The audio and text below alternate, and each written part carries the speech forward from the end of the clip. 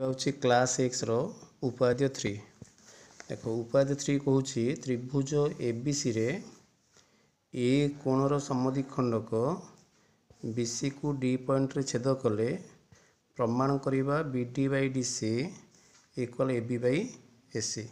तेरे यहाँ प्रमाण करिया कले आम अंकन स्टेप करवा सीए रश्मि उपरे एक बिंदु नवा ई जेपरी इबी समांतर एडी हम। देख लिखी दीजिए। देख प्रमाण को जीवा आम पाइले कौन ना बीई समांतर एडी।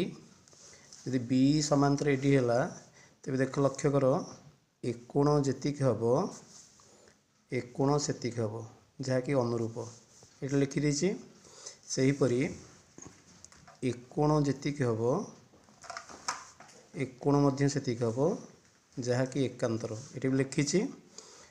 किंतु ए दीटा समान डी ए सी जी बी ए डी से तेरे डी ए सी जगार मुझे पकेबी सी ई बी कोण पकेबी बी ए डी जगार पकेबी हूँ कोण ना A B E.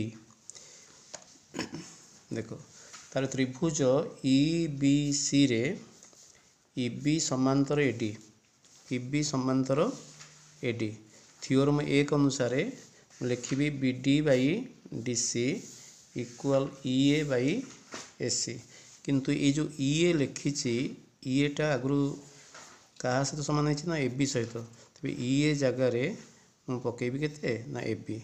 So B D by D C जी A B by A C जहाँकि प्रमाणित।